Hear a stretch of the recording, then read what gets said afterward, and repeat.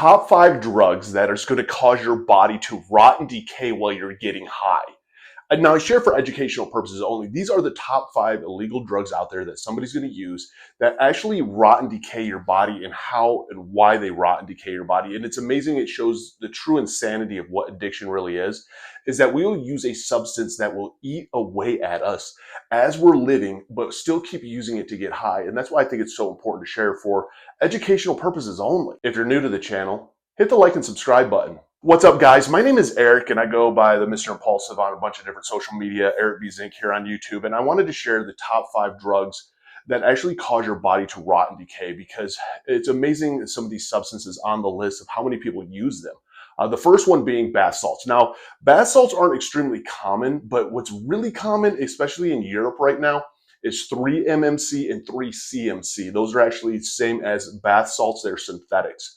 And so what happens with this is number 5 on the list. These can cause, when you're using them, extreme paranoia. That extreme paranoia can cause hallucinations. What can cause those physical hallucinations? So it's the picking and just tearing at your skin. Also causes organ breakdown and muscle breakdown. So it actually rots away your organ tissues internally, inside and out.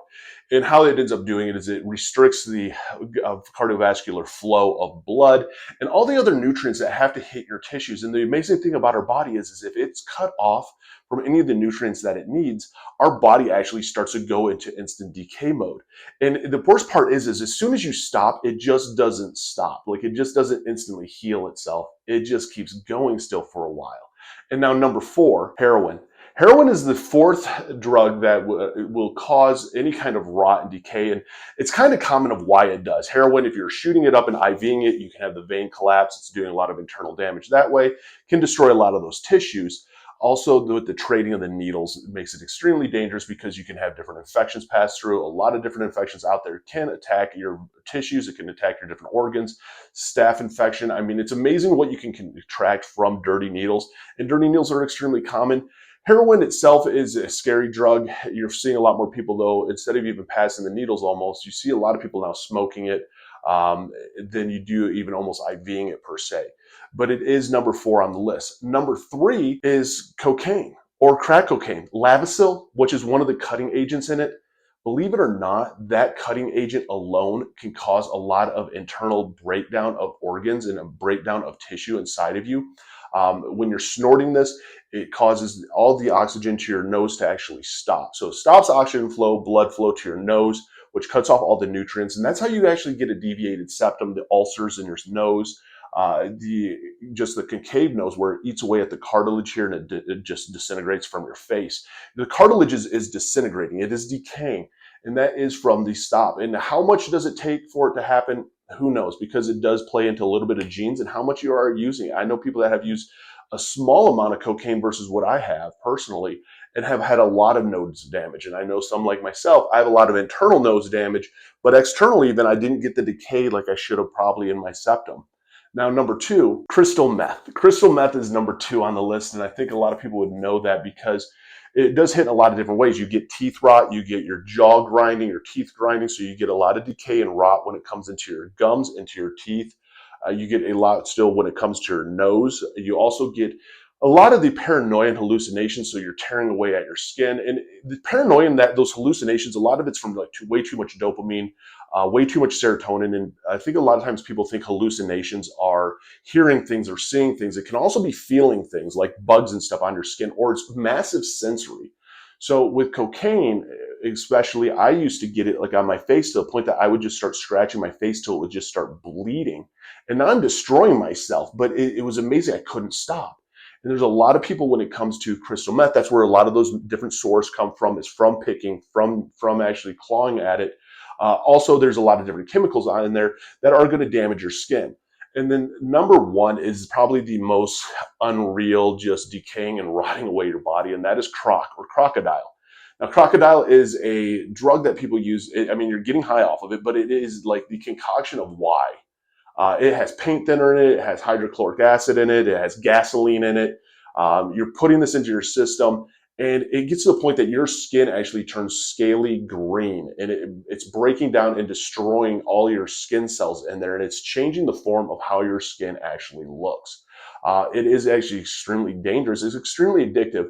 And a lot of the drugs on this list, yes, you may not start off as an addict using this drug, but it's amazing because when they say a gateway drug, there really is like gateway drugs. You start using something or start drinking, and next thing you know, somebody offers you some cocaine. So you start trying that. And now you like the feeling of alcohol, you like cocaine. And it starts to progress from there because you're starting to progress trying to find these different highs, trying to get a better high than what the drug before just gave you. And it's amazing, especially when it starts destroying your life and taking away all your money and everything else. You don't have a lot of funds. You're looking for that cheap high. You have to still get it. And so you start doing these different substances that lead you down this really whacked path of just searching for this high, searching for the substance. You lose yourself to drugs. Your world literally starts to revolve around a substance, to revolve around getting high. And you don't really care what happens to your body. That's the scariest thing about it is I know what it was like doing cocaine, and I didn't care that my nose was messed up. I didn't care about the ulcers in my nose. I didn't even know that's what it was. I didn't know like those scabs and stuff inside my nose from doing so much coke were actually ulcers in there. And I still get ulcers in my nose. A lot of that damage that we do get from these drugs is permanent damage. There's no such thing as a party drug. There's no such thing as a safe drug. And each of them is going to affect us very differently. And unfortunately, a lot of times the lasting effects are a lifetime. When it comes to anything that does fully rot in your system, like such as you rot away your nose, the only way that this is ever going to get repaired is you have to go in for surgery.